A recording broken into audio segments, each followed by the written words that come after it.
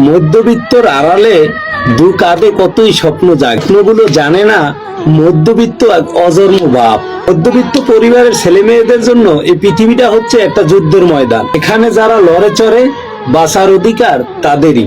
তার খাতিলে অসহায় মানুষকে মানিব্যাগের শেষ সম্বল 20টি টাকা দিতেও তারা দ্বিধাবোধ করে না। হেঁটেই না হয় এই যাত্রা বাড়ি যাওয়া হবে, তাতে ক্ষতি কি? অনেক দূরের রাস্তা আর মাথা ভর্তি কল্পনা আসলে মন্দ হবে না, হেঁটেই যাওয়া যাক।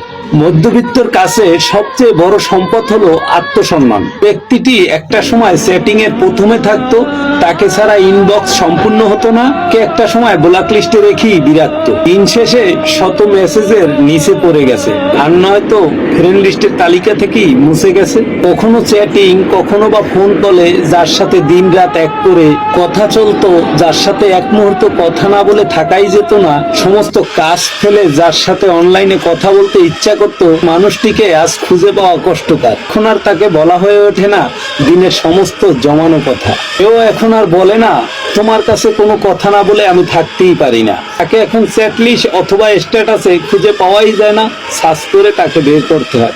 চিরচেনা মানুষকে সার্চ করতে গেলেও হাত কাঁপতে থাকে। যদি তাকে ভুল করে মেসেজ দিয়ে ফেলি, খুব কথা বলতে ইচ্ছা করে, ইচ্ছে করলেও তাকে আর মেসেজ দিয়ে বলা হয় না মিস ইউ। রোজ একটু একটু করে হারিয়ে যেতে থাকে সে সব জায়গা থেকে। ইনবক্সে রোজ অসংখ্য মানুষের বার্তা এসে জমা হয়, কিন্তু চিরচেনা মানুষটার বার্তা চোখেই পড়ে না।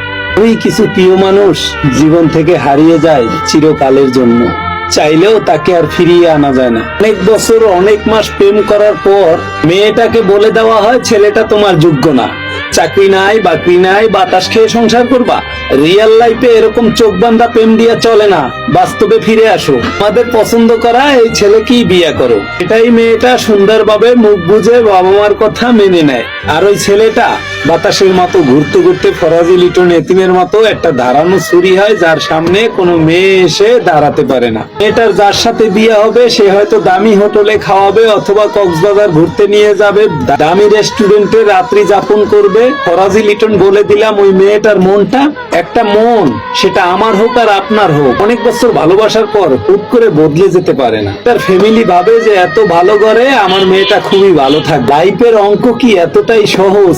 দুনিয়া দেখেন ওই মানুষটা একদমই ভালো নাই, সে না পারতেছে লড়তে, না পারতেছে মরতে।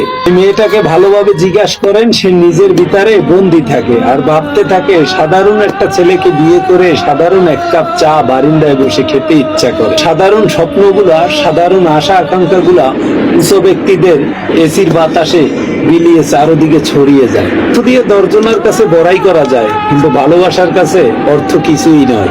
একটা সময় বারবার চেষ্টা করেও তার সাথে কথা বলতে পারবে না, তোমার নাম্বারটা ব্ল্যাক লিস্টে দিয়ে দেবে। তুমি সেদিন চিৎকার করেও কাঁদতে পারবে না, দুমড়ে মুচকিয়ে ভিতরে ভিতরে নিজে শেষ হয়ে যাবে, তাতেও তার কিচ্ছু আসে যাবে। প্লিজ আমাকে ছেড়ে যেও না, এই হৃদয়ের আত্মচিৎকারের কথাটার যে কতটা মূল্য সে কখনো বুঝবে না। তাই তোমার এই অন্ধ ভালোবাসা, অমূল্য চোখের জল, অমূল্য অনুভূতি সেখানেই প্রকাশ করো যেখানে তুমি গুরুত্ব পাও।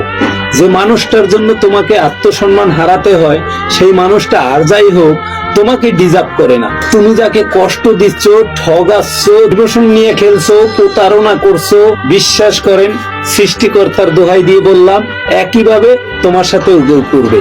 ভেবো না যে তুমি ছাড় পেয়ে যাবে, হঠাৎ কোনো একদিন আসবে তুমি একই ধারায় কোনো একজনের মাধ্যমে কষ্ট পেয়ে যাবে। এই দিনটা খুব বেশি দূরে নাই, অপেক্ষায় থাকো।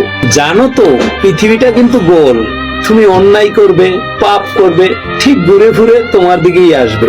ফরাজি লিটন বলে গেলাম, আসতে বাধ্য। তোমার জন্য যদি কারো চোখের এক ফোঁটা পানিও পড়ে যায়, তাহলে অপেক্ষায় থাকো, তোমার চোখ থেকেও শত শত ফোঁটা পানি পড়বে।